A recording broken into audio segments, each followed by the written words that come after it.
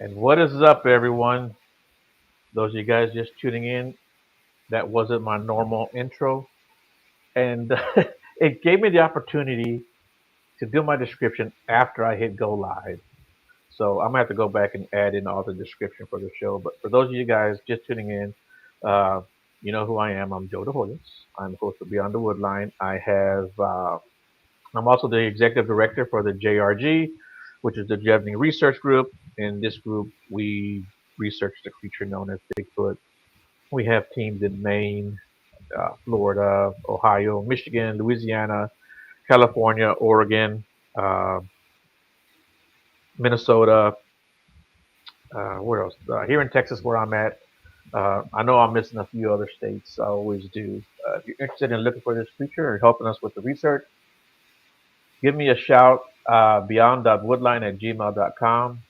And if you're in a state where we don't have a team, we can set you up with somebody else that we know because we do network with people all over the country and all over the world, really, for that matter. We have teams in Australia and Malaysia, as a matter of fact. Um, and we know people everywhere. So if there's not a team in your state and you want to start your own team, and even if there's a team in your state, you want to start your own team, you can do that too. Uh, just give me a shout, like I said, at beyond.woodline@gmail.com, and we will vet you and we will vet anyone that we set you up with because unfortunately you can't just trust everyone, right? But we always ask you also to research the researchers. Anybody you hook up with and you go out in the field with, be sure you research them. Uh, you don't have to get out into the field. Here in Texas, these summers are terrible, and I do not go out anymore like I used to because I'm getting older and this heat just beats me down. So I usually wait till the cooler months, and you don't even have to get out to the field necessarily either. You can do your research from your laptop, your cell phone, your computer, your local library, wherever you want to go. Uh, Shoot us over some information if you find encounters, if you find locations you think that might be an interesting spot for us to go check out. And like I said, just give us a shout. Beyond.woodline@gmail.com. Also, I want to give a shout out to a couple of people. Steffi's Creation on Etsy.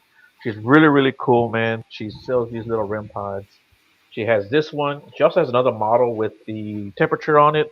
You know, she sent me this one. Well, I bought them. And this is a little bit more sensitive. So I'm going to try that one out too soon, probably tomorrow night. As a matter of fact, I don't get any money. I don't get any kickbacks, but she's a great person. That's why I'm doing this. And if you go to her Etsy site, Steffi's Creation, I'll put that in the description. You get 15% off by using the discount code Woodline. So go check her out. And then also look for Layered Legends, which is a 3D printer. My good friend Walter, I talked about him before on the show. And again, I'm not getting any money for it. I'm not getting any kickbacks. They're just two great people. I like to give them shout outs. So with all that being said, I know you guys don't tune in to hear me ramble off. I have with me today Susan Goodman. How are you doing, Susan? I'm doing well, Joe. How are you? I'm doing great, man. Thanks a lot for doing the show. Like I said, I really do appreciate it. Uh, I was looking at your website earlier. I'm trying to pull it up again because, like I said, I couldn't put it in my description. But yeah, you've got a lot going on. You're an author. Then that's enough in itself. And I know that because I've tried to write a book and I'm still in the process of doing it. So, uh, but you also have your website, which is it's what's it called? I'm trying to Soul Awakening Solutions. solutions. That's right. Yeah. And I'll add that in the description too after the show. Um, if you don't mind, why don't you give us a little bit of background about yourself and tell us what got you started? Okay, so the book actually came from the courses that I teach. So it wasn't the book that I intended to write, Hmm. because the book that I intended to write and intend, because there will be another one, um, is more the story of basically how I got to doing what I do.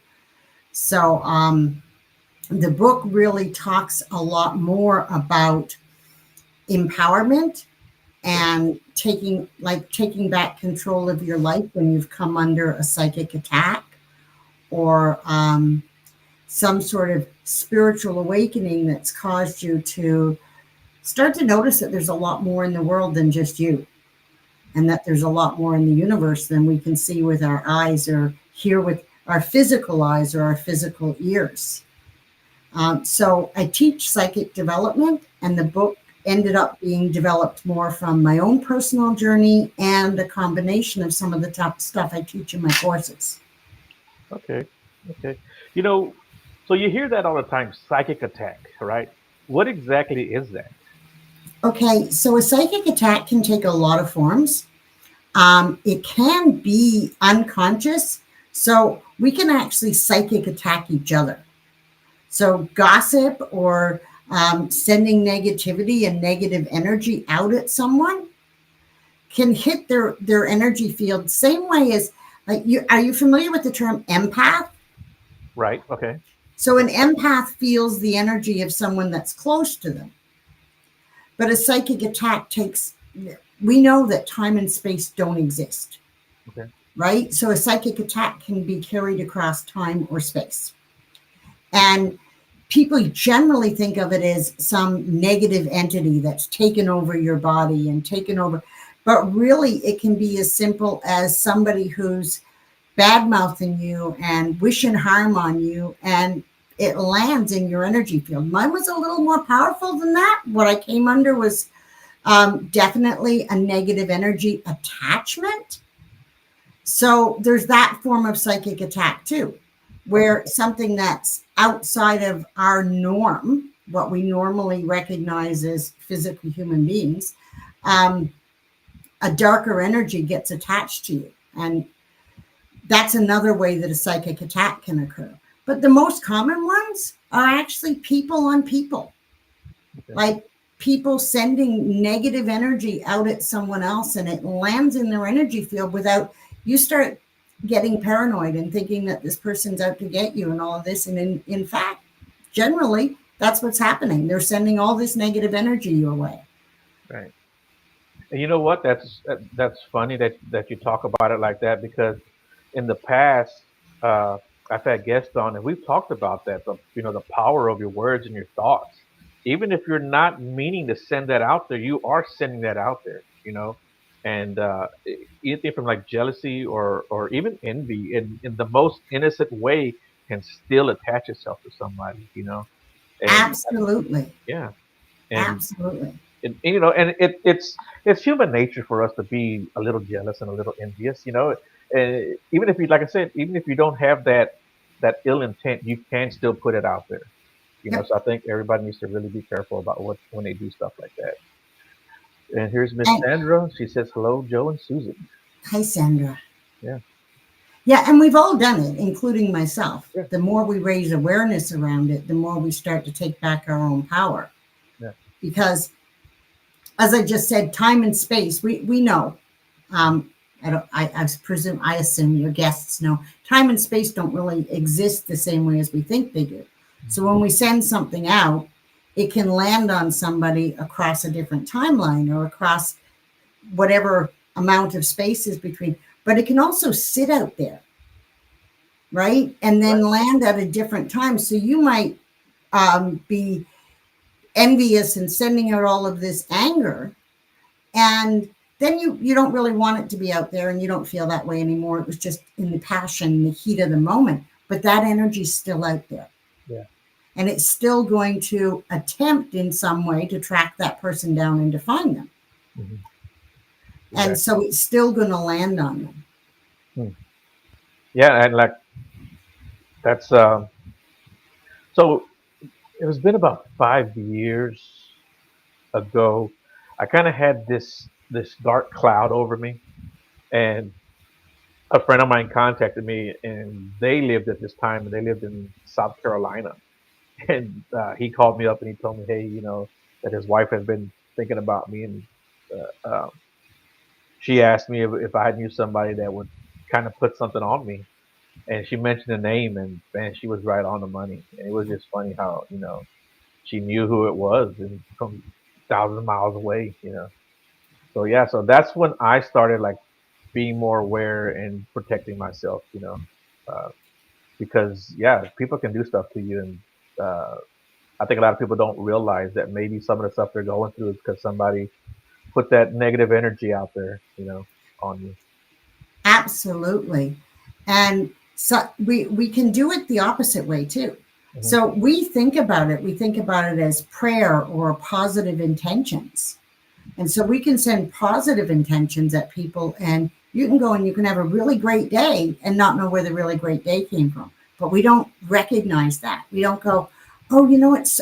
And so your friend Hmm. whose wife could feel your energy, that's something like myself, a sensitive or a psychic, somebody with those powers, that those not powers, somebody who's tapped into that energy, that field, will feel that. And if they have the courage and the confidence, they'll reach out and say something. Right. Like I can give an example. My mother passed a few years ago, and I had her voice on a voicemail, the last message that she had left. And I deleted the message by mistake. And of course, I collapsed into tears sitting on my kitchen floor. And I immediately had two messages from friends, one that said, I love you, and the other one that said, are you okay? I hadn't picked up the phone. I hadn't done anything. They felt the energy that, oh, she needs you to reach out. And because I have people around me that think and feel like I do, they reached out. Right. Yeah. Yeah. And I think it's pretty cool having people in your circle that have those abilities or those gifts, right? Um, how long have you been or had these abilities or were able to like to tap into all this? I have had them since I was a child. And I recognize that most of the people who come to me have had them since they were children. And hi, Danielle. And have had them since they were children, but somebody told them that they weren't real, like Bigfoot. Somebody told them that's not real. You're losing your mind. All of this, like you can't really. The big one I use as an example is a very young child knows that grandma's in the room Hmm. and is Wow. talking to them, and they'll tell you that they're talking, and they'll describe their grandparent that they may never even have met, probably haven't even seen a picture. Hmm. And the parent in fear says, no, no, no, no, honey, grandma's dead. Yeah. The same child is being taught to tell the truth. Right. So the confusion comes in, and they are telling the truth, but now they're being told that their truth isn't their truth. And you plant this seed. And every one of their gifts, their abilities to see, their abilities to connect and hear, all of their gifts start to close down out of fear. Right.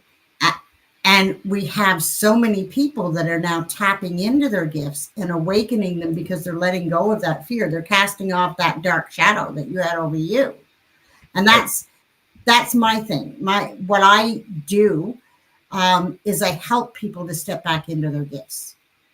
As much as I do psychic medium Okay. readings and so on, my goal is to empower people to make the connection themselves. Hmm. Is this something everyone can do, in your opinion? It's something that everyone has the potential for, whether you decide to tune into it, because it's a frequency.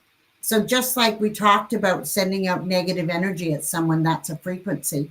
It's tuning in, like everybody can tune in on their on Facebook and come and watch this, or on YouTube. Everybody that has YouTube and has access to YouTube. So you really need to be able to tune your frequency to it Hmm. and open your mind to it. But yes, it is um, something that everybody has some aptitude for. What most people that I find is that they think that they need to be having visions to have gifts, or they think they need to be hearing spirit to have gifts. Your friend who reached out, I suspect strongly that his wife's gift is something called claircognizance, which is clear knowing. She just knew something was going on. Yeah. So that's generally the most shut down gift of all. People don't recognize it as a gift. And oftentimes I'll be talking to someone and I'll say, you know, you're a very gifted intuitive. And they're like, no, no, no, I don't do what you do. And I'm like, you finish people's sentences, right? Oh yeah, all the time. And people say you're reading their mind, right? Yeah. And now people are thinking, I'm reading something that they, and what I'm reading is their energy field and getting, picking up what their strongest gift is. And claircognizance is clear knowing, knowing what somebody's, it's a gift that people don't recognize is actually in most cases more powerful because it's beyond the pictures, beyond the sound, beyond hearing, beyond vision, even beyond feeling. It's just knowing. Hmm. Yeah, I think that. Well, let me ask you this: do you think people tune out their abilities or their gifts just because the people around them say that's not real or that's fairy tale or whatever? You Yep, know? Yeah. absolutely. Absolutely. Not only do they tune it out, some people tune it out unconsciously. Mhm. So, oftentimes gifts will be very awake when you're a very young child. Most young children can recognize spirit energy, can recognize the energy of, they can recognize the energy of both darkness and light. So, children are highly sensitive, and they can recognize who's around them that's positive and is going to help them and who to stay away from. Um, and they can do that in physical, but also in the non physical realms. As you get older, teenagers, um, we have a tendency when we get into our teens to want to take back our power and we want to fit in. And so that's when, even though most of the gifts are awakening even stronger, and I can explain it has to do with the energy centers in the body. So that's the time that the solar plexus energy, where you feel your intuition, what we would say a gut feeling, where that comes in, that's the time when it's developing the most strongly, is between the ages of 14 and 21. And that's the time when it also our need, our desire to fit in, our desire to be a part of, all of that starts to wake up too. So yeah, closing it down. And some of the ways that people close it down is through substances. That's a big one. I find that a lot of people who are gifted, who have these abilities, also recognize the abilities when they stop abusing substances. So when they come out of, they go through whatever it is, a spiritual awakening or some event in their life says, you know what, this is no longer healthy for me for whatever reason. Um, that's a time when, oh my goodness, now I can, I can see things that aren't there, or I can recognize my empath abilities have really opened up. That's a clairsentient, right? So they start to recognize that. I also noticed that the shutdown, the pandemic that had us sitting with ourselves really opened this up a lot for a lot of people. Yeah, I would say, yeah, within the last, 4 or 5 years, it seems like this is a more this subject it's out there a lot more than it used to be, and it seems like everyone talks about it, which is really cool because nobody used to ever really talk about this and really like get into the meat of the subject, and it yeah everyone talks about it now, and that's it. It just makes it feel good to see people talking about it and bringing it to the forefront. And some of it's, I have a friend who says they want me to give them empirical evidence or physical evidence. And Yeah, I'm glad that there's people like yourself and like my friend Jen who do that, yeah, who do paranormal investigation and who look for evidence of, what we always thought was, oh, that's not there. mhm, Because I can't really give you evidence of everything that I've seen, right, right? right, I yeah, can, I get what I get is I get confirmation from people mhm, when I see something or when I hear something or when I get information. When I'm doing a reading, I get confirmation. I get feedback. Oh yeah, that's what I've seen too, or that's what they look like. For someone who's crossed, it's a little harder when you're seeing things, that are from non-physical realms that are not accepted as being real. who are some of the people that have come to you? I mean, have they been young, old, educated people? Maybe just people didn't finish high school. I mean, what's a typical person to come to you? for help? Believe it or not, I get all ages that come as students. Hmm. The majority of them have, it's been my experience that many of them have recently lost someone, and that awakened their gifts. That opened up a connection.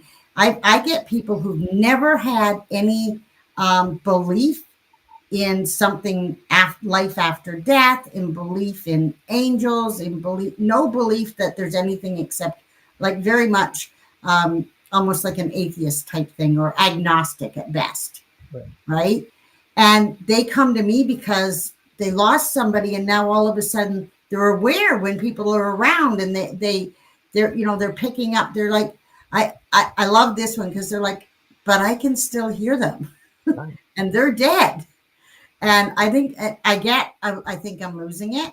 Or the other one is, nobody is like me around me. I've just gone through this and all my friends have dropped away. Nobody gets me. Nobody understands me.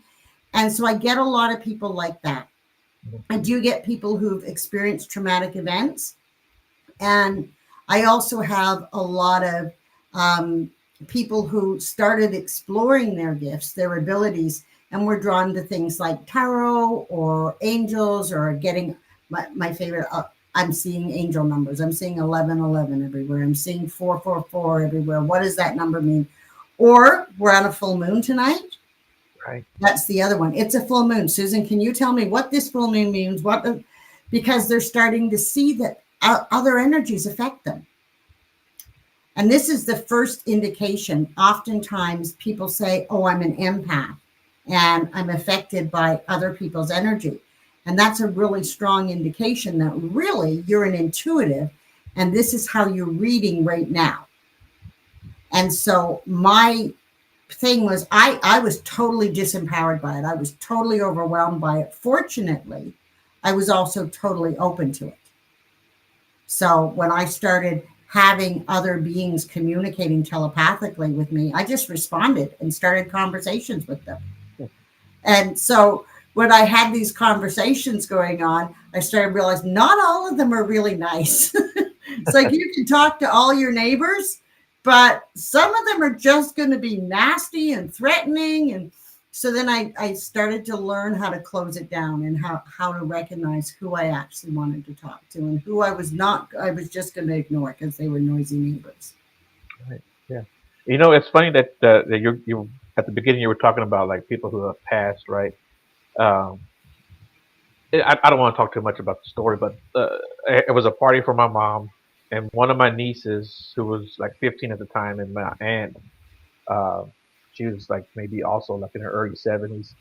They both heard my dad's voice, and neither one of them knew that the other one had heard it, but they heard the same message, which was kind of, you know, kind of cool in a way, you know, and it was a nice message, you know. But yeah, they both heard the same message, and we always knew that you know, that my niece, that she has abilities and gifts. She just hasn't like really gone after it, so to speak, you know, or try to develop it. But yeah, for her, my aunt to hear the same kind of the same message basically, you know, that was kind of cool that they both heard it. Yeah, And it's a lovely confirmation, yeah, but it kind of makes sense too. If you take it to a logical level, hmm, anybody who's listening right now is hearing the same words coming out of my mouth. right, They're not all hearing different words. And so if your father's communicating from beyond, he's using the same words, and it's just two people in the room who can hear him. right, yeah, You're not each going to hear a different message because they both can hear him. hmm, And one of the things that's been evident to me is the more people that you have that are tapped in or tuned in, because spirit uses vibration too. So they're coming off just like you and I are coming off a certain vibration, and we can connect with you in Texas and with me in Newfoundland and with all the people that are watching. We're all in the same vibratory space. The more people that are in that space that are connected, the easier it is for spirit to get through. And they tend to show up at parties, yeah, yeah, celebrations. They tend to do that. That's because it's a high vibration, hmm, right? People are in a good mood and they're in a good space, so it's easier for them to get through. hmm, yeah. Yeah, I believe so. I believe that too. And during this time when I was kind of going through my when I was in that fog that I was talking about, being in that dark space. My dad was around during that time too, and I think he was just there to kind of keep an eye on me and kind of see me through that situation. Uh, but I also wanted to talk to you about light workers. What is a light worker? That's a term I've heard I don't know how many times, but I've never like gone after it and tried to figure out what exactly that meant. Is that something you can shed some light? No pun intended. Shed some light on what a light worker is. The term to me, and I can only give what my definition, my comprehension of it is it's people who use the lighter aspect of spirit. Mhm. So the element itself of light is connected to the third eye and to the crown. So it's connected to visions and connecting to beyond, to the universe beyond. That that actual element of light is connected to that. So a light worker is really, and I'm listening to my guides as they're giving me better answers than mine. The element of light is a light worker is somebody who connects with those elements, with that um, higher vibration. And so the earth itself is denser, a lower vibration, a denser vibration. That's why we can take physical form. And light workers work more with light beings Okay. and with vision and with higher energies and higher vibrations. Their goal, the goal collectively of light workers, is to raise the vibration of humanity. People say the earth, but the earth needs to remain physical, so she needs to keep a certain vibration. But humanity's vibration has been very dense, right? It's what draws us into war and into sending negative energy out at each other. So this is more about, light workers are more about raising the vibration of humanity and bringing us up past the heart. Okay. Yeah, that makes sense too. That's probably the best explanation I've actually heard too. Yeah. So you talked about listening to your guides. Do you know who your guides are? Have you ever like seen them or gotten glimpses of them? Or I have seen some of them.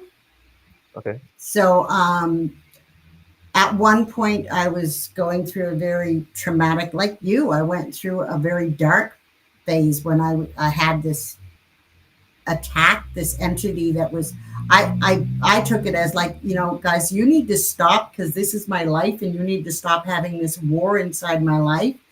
And I had one guide show up literally in my room and gave me a very, because they send this whole packet of information all at once. But what I got was, because I could see him, and he didn't have wings, by the way.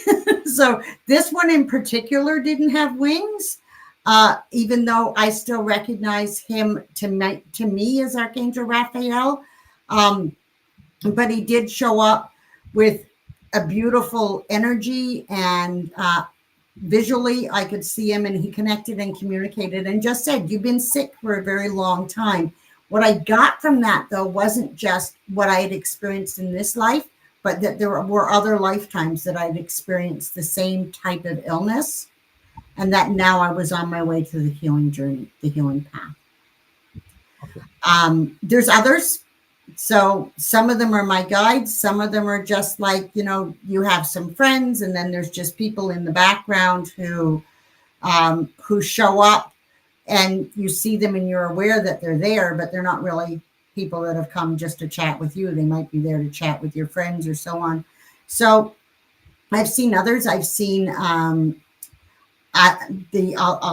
touch on a couple. The apartment that I was living in for a while, when I moved out of the apartment, I recognized that I had a fairy guide. So fairies are elementals that take care of the plant energy. Mhm. Is the best explanation. I mean, we think of them as little pixies, but they're in all different forms. But I had one, I had one who I'm laughing because one just popped on my desk, like just a little flash to say I'm here. I had one that was basically working with me, clearing the energy around the apartment. And I had stuff around like I do here, like altars and space set up in my garden for just like a little, I guess it's a little fairy spot, like in my garden, fairy houses, fairy rocks, that sort of thing. So as I was leaving, I thanked the spirit, because every place has a spirit. So I thanked the spirit of the house. And at the top of the outdoor lamp, the little fairy just lit up on the top. And I'm just like, wow, thank you. And then disappeared again. So they really, most things like Bigfoot won't let you see them.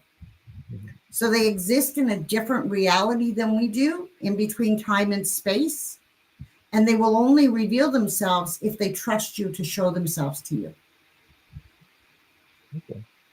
Yeah, I've always wondered about fairies and where they fit in this crazy world, and because like you've seen them, and I know people who have told me that they've seen them and who work with them, uh, yeah, I just never knew where they really like truly fit in, or what they actually their job or what to do.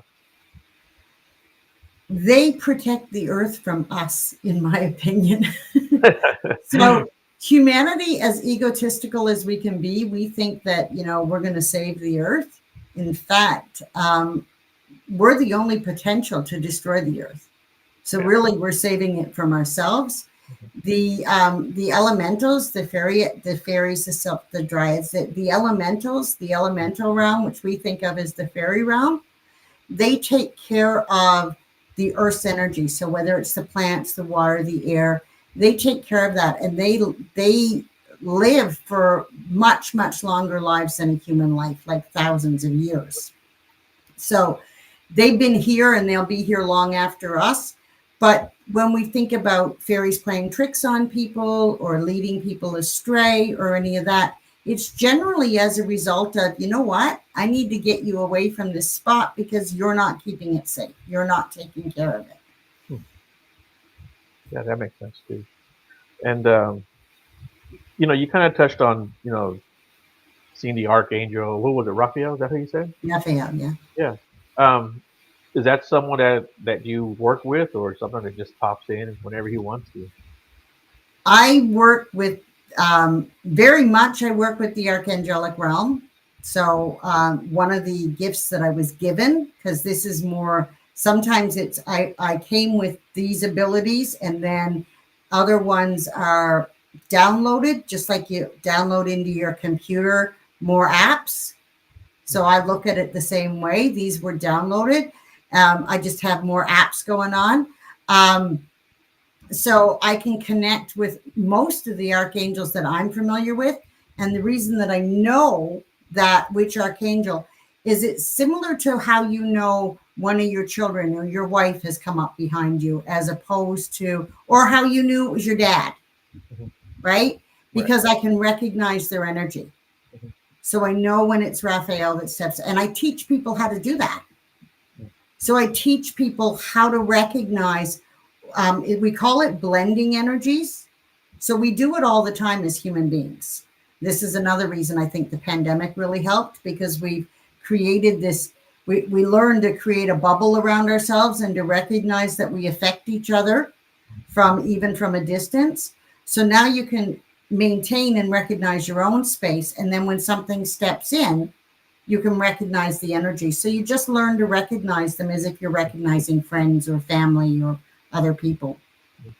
It's funny that you said that about being able to like I recognize my dad. I never saw him. I never heard him, but I just knew it was him. And I knew it was him. There's nothing anyone's gonna ever be able to tell me to say, "Well, that wasn't your dad." No, that was my dad. I just knew it was him, and I know when he's around, but he hasn't been around. Maybe I don't know. At least around me for a couple of years. I think he's been around like the other family members or whatever. I think because he sees that I'm on the right path now, and I don't need his guidance anymore. So I, They also, as they move to different levels, they require, he said, a password. He doesn't know the password anymore.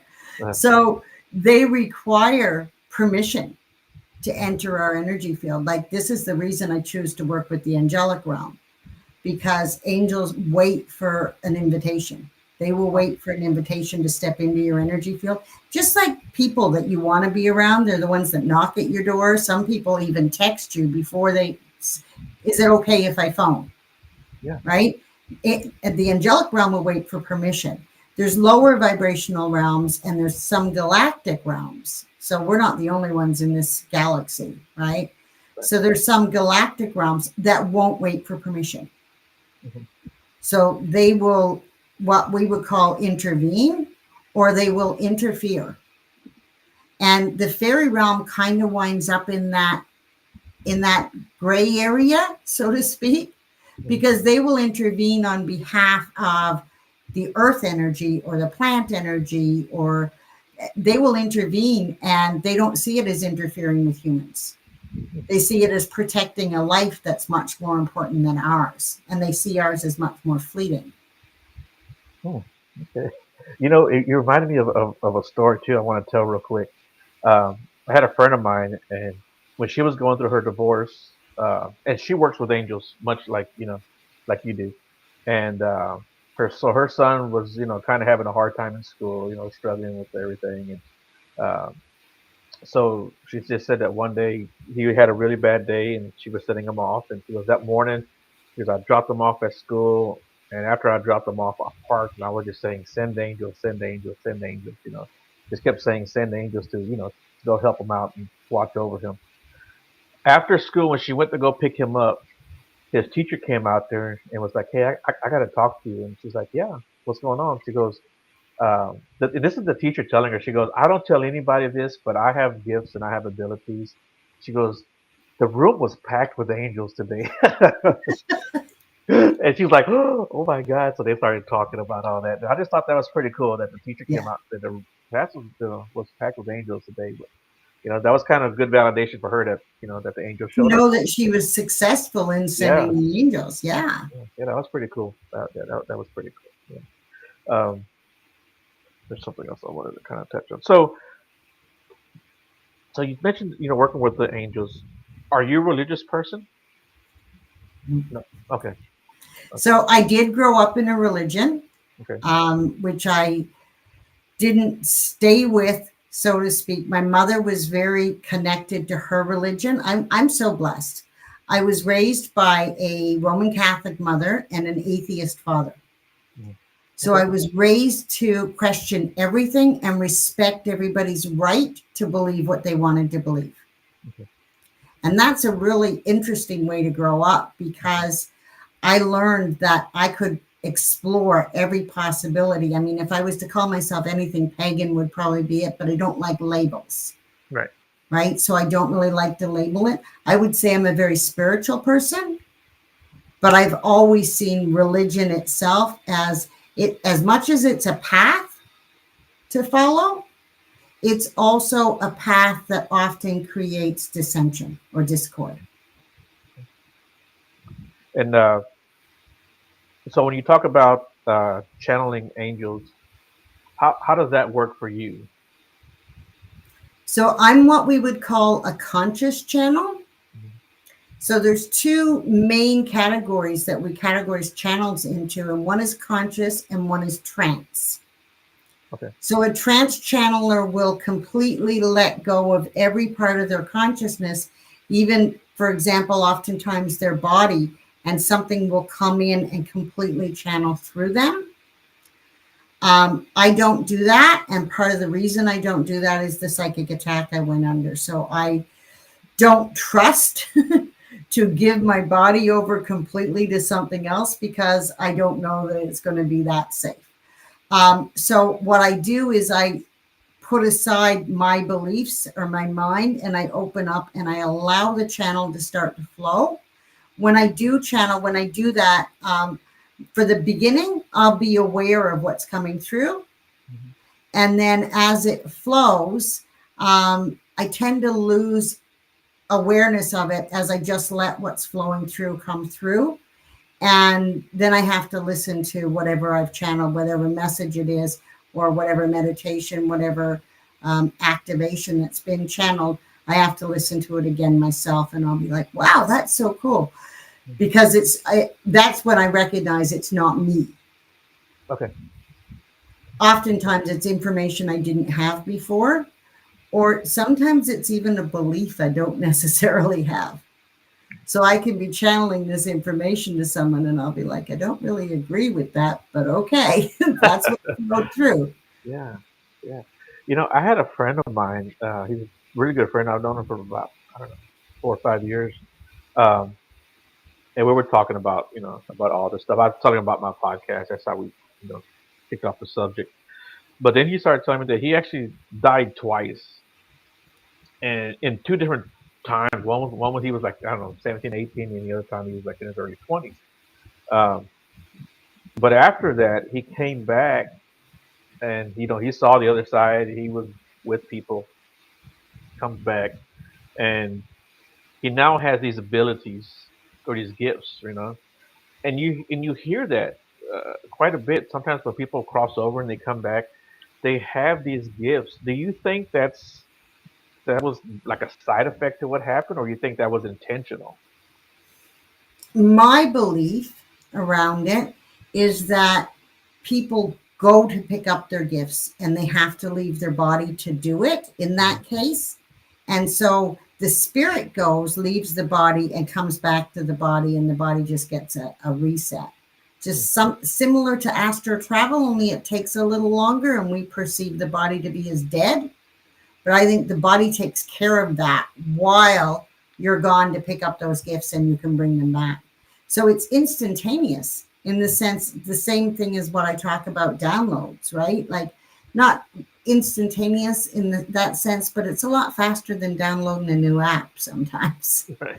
Yeah. Right? So that's the way I see it, is even though we perceive it as a physical death and we call it death, the person has gone for an upgrade. The soul itself has gone for an upgrade to receive a bunch of information that it likely had in a past life or in an alternate reality or a different realm. And then it says, okay, I need that now. So I'm going to go off, pick up the suitcase I left behind, bring it home and unpack it. Hmm. Okay. Yeah, that's a pretty good explanation. You're doing a great job on explaining all this stuff, and I'm gonna tell you that Thank right you. now. Yeah, you're probably the best so far that I've had explained to me all this stuff because I've asked these questions before. Um, and it's funny that you mentioned past lives too. What do you think that is, and why do we have them? Okay, so I have a different take on this than I Hey, would have well, that's 2 great. I'm years sure I'm gonna ago, enjoy it. So go ahead. right? Yeah. So I believe past lives are time. It's a way for us to measure, because as humans we really like to measure things. We like to measure time, so it's not linear. But why we have the memory of the past lives is because we're calling the gifts that we had or the lessons that we had. People take it the opposite way and call back, because we can call back the negative. If you think about having a resentment against somebody who hurt you 20 years ago, Right. like whatever they did 20 years ago, if it's affecting you today, that's on you, right? Right. It's like it's time to let it go because it's draining you. So we call back the memories of past lives because we're trying to bring back what we learned. We're trying to bring back that lesson because it's the soul itself that's had the experience. And I use the term soul or spirit. Soul is just convenient for me. It's the consciousness that we are that's had that experience.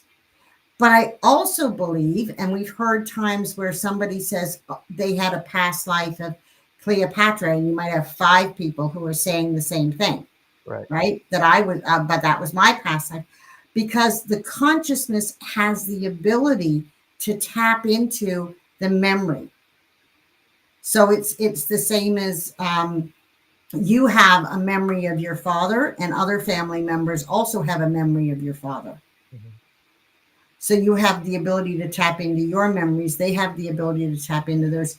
So they may be remembering a time where their soul had that experience, and then possibly, potentially, the soul split and fragmented because they won't have the full memory of the entire life of that physical incarnation of that being. each of them will have some memories of it. Yeah, and that's something that I've always wondered about too. If the soul kind of splits off and does that kind of stuff too, so that makes sense too. It was the intention I set for my book when I set this one is not the one that I've written, but I had set the intention to call back all of the pieces of my soul and to write a book about it, Mm-hmm. because that's what I started doing, was calling. And to me, that the downloads, the gifts, calling back that information is my soul's energy that I'm calling in. But I also believe that parts of it are still out there somewhere, doing work in other realities. And that I don't think that the physical body, like I've had to work very hard. You asked if everybody has gifts. It does require some work to be able to contain. And this is what light workers do often, is they need to change. You'll see them change what they eat or how they exercise or how they think or how they breathe, because they're changing the container that's holding all that light. Okay. So it's really about this container. This physical body needs to be able to contain that energy and that information. Again, I just keep using computers because I also do a lot of technology stuff. But it's like, how much hard drive do you have, and how much RAM do you have, and how fast can you operate, and how many systems can you operate? This body only has the same amount, right? Yeah. Yeah. And you mentioned your book, and I wanted to give you an opportunity to talk about your book, because we're already 14 minutes away from the end of the hour here. So it's gone by pretty quick. Tell us a little bit about your book, if you don't mind. So I'll show you my book. Yeah. You can find it on, and it's probably going to go backwards, but it's called Empower Your Spiritual Awakening. And you can find it on Amazon. And it's part of my journey. So I actually call it a guided transformational journey from overwhelmed empath to empowered light warrior. I go one step beyond light worker to light warrior. So some of us have decided that we're actually going to take on the fight and not just raise humanity. It's not just, but not only raise humanity to a higher vibration, but actually be able to battle some of the darker energies. Be able to take it on, because that's part of it, right? Part of it is not only diving into your own shadow, but seeing the karmic energy that you've carried from past lives, recognizing that I wasn't the nicest person in that life either. Right? And so I need to take that on and repair it. Or the dark cloud that you said you had over yourself is often an entity attachment. So my take on that would be like, your dad is around and he's trying to help clear it. He's light and he's trying to move a lot of it on. And so there's people who take that on, whether it's Reiki masters or angel energy healers, or, counselors, verbal workers, the people who work with kids, who work with addicts, they're warriors. They're taking on a different level of light work. And so how do you go from being an empath who's overwhelmed and stuck inside of a dark cloud, like I just can't be around people, to being empowered enough to do that? And that's what my book does, is it takes you through that journey, but also with some of my own personal experiences, anecdotes that help you see that you're not going through that journey by yourself. Yeah. So how can someone find you and reach out to you? My book is available on Amazon. You can find me personally on Facebook under Susan Goodman, because that's the name that I have up here. But this is also live streaming on my YouTube channel, which is Soul Awakening Solutions, and on my Facebook page, which is Soul Awakening Solutions. And I currently also have, we talked about it before the podcast, there's a new app that's only had about 4 years called School, Skool. And I have a community on School, which is free to join. And it's the Soul Awakening Solutions community, where you can experience some of this. You can join in live circles with coaching. You can get, most of my courses are available through there. Some of them for free and some of them for very modest prices. So you can find me on any of them. You just keep looking for Soul Awakening Solutions. Okay, cool. And like, say you do you have like, is it available for people who have, I don't know, different abilities or different levels? I guess maybe from the very beginner to someone who might be a little bit more Yeah. advanced. So I have a level one course called Empower Your Psychic Gifts, but I also have another level course called Empower Your Light Work. Mhm. So if somebody came in and said, you know what, I'm already doing all of this and I understand the chakras and I'm a Reiki healer and so on, but I'm still struggling with how do I remove the negative energies and some of this, then I have a level two course. Plus, I have a number of courses on like numerology from the basis of working with angel numbers. So there's um, that I dream interpretation, Oh, nice. mediumship. So I teach all of those things, and some of them, like I said, there's some free courses in how to connect with your guides and how to open your third eye and stuff on my site, on my school. They're on my site too, but on my school community, and also some paid courses, some both self-directed and one small group, like in classroom where you actually have me in the classroom with you. Oh, nice. Yeah, Yeah. that would be pretty cool too. Yeah. Do you have any advice for someone who's like perhaps struggling with this? Because I imagine some people who have these gifts and abilities, they might think they're going crazy, right?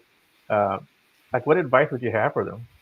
The first bit of advice would be to find somebody who um, empowers your gifts, who lets you, go ahead, like your friend's husband who said, well, I'll reach out and see if he's okay. Right. So his wife came to him, but he didn't say, go away, you're nuts. And I'm not calling him. Yeah. Right. So somebody who does that. And the other is avoid the people who disempower them. So all those people that have been telling you that you're crazy or that you're not gifted or that this isn't real, you need to shake them off. I have an expression that says, don't share your dreams with people who don't share your dreams. And it's really important, whether it's the dreams you have when you're asleep or because people will cut you down. They will say, oh, that's not real, or you'll never achieve that. Right. So you want to move yourself away from that negative energy. We can't get rid of them all, but it's one of the reasons we kept things secret. Mhm. So now instead of keeping it secret, just avoid giving it to somebody who's going to drain your power because I liken it as that, and that's the other one. Most people say, but I'm being drained by an ex. I'm being drained by this negative energy. I'm under a psychic attack. There's this psychic vampire that's got me. And that one is unplug from them. So send them nothing. I liken it to somebody who's you've left your block plugged in the wall and somebody just came and stuck their cord in it and now they're plugged into your energy, right? Mhm. Or even worse, they're plugged their cord into your laptop. The same thing. Unplug it. So Mhm. unplug them from your energy field. We talk about cutting cords from your energy field.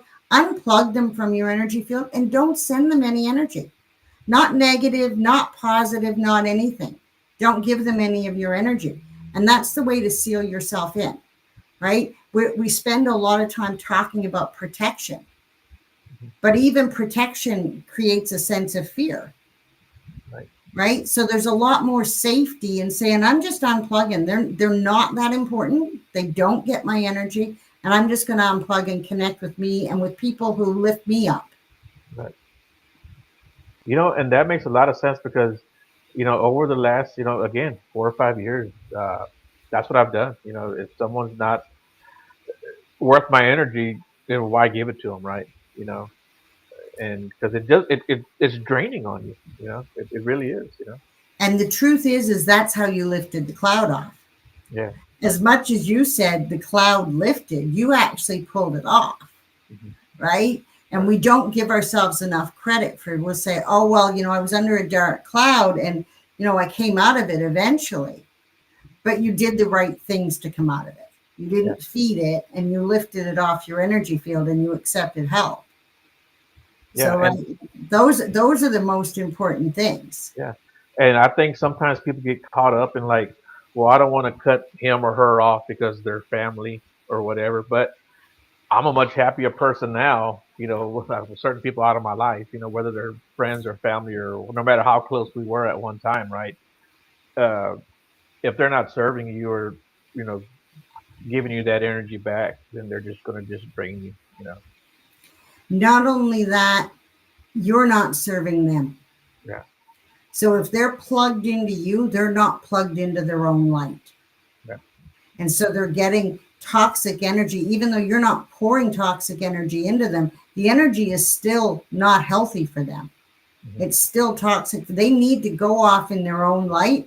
And oftentimes they come back, but Hmm. they come back lighter because they're no longer plugged into you. And the ones that fall away and don't come back, they're just not ready. That's Yeah, okay too. yeah. And it's like I said, I'm a much happier person, Yeah. so I'm fine with all of that. Yeah. Well, cool. Is there anything else you want to add? We're already coming up at the end of the show here. Like I said, man, it went by so fast. You did a great job.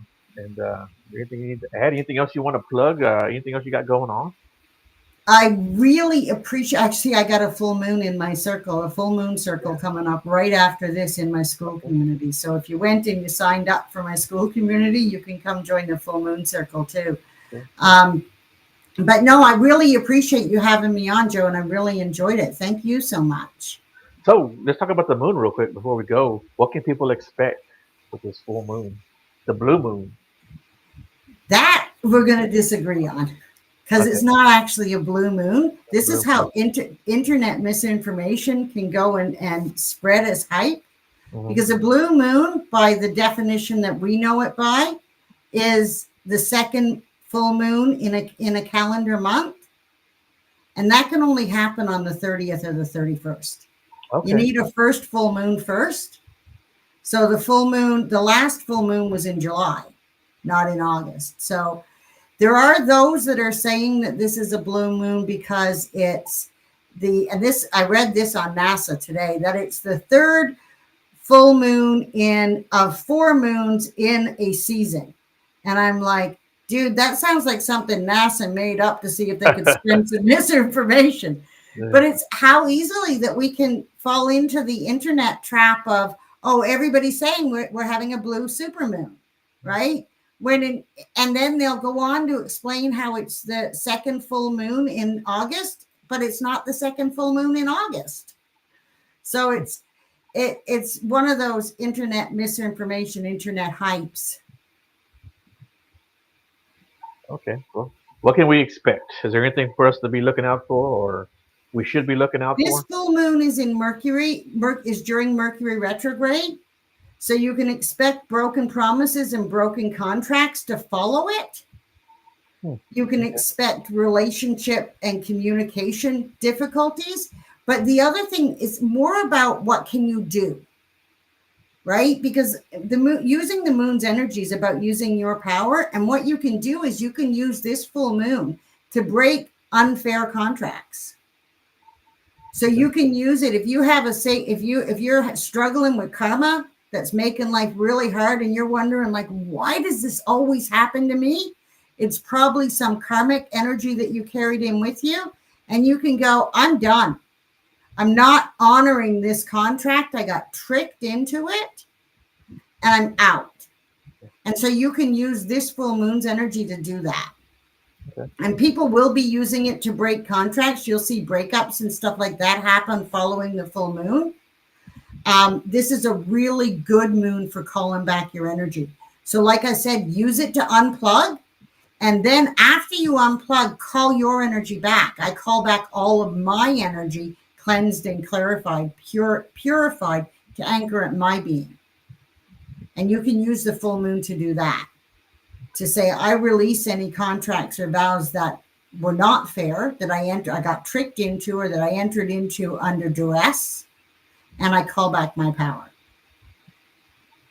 Cool. I like that very much. And yeah, and we're ready up at the end of the hour here. So I appreciate you coming on. And anyone needs to reach out to her. If you can't get in touch with her, get in touch with me.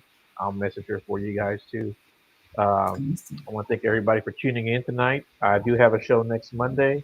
And like I said at the beginning of the show, don't forget to go check out Steffi's Creation and Layered Legends on Etsy. Good people at Steffi's Creation, use discount code Woodline, you get 15% off. And again, I'm not getting paid by either one of them.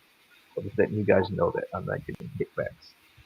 And Miss Susan, thank you very, very, Thank very much. you. Yeah, I Thank do you, Joe. I appreciate it. really enjoyed it. Thank you very much. And hold on real quick.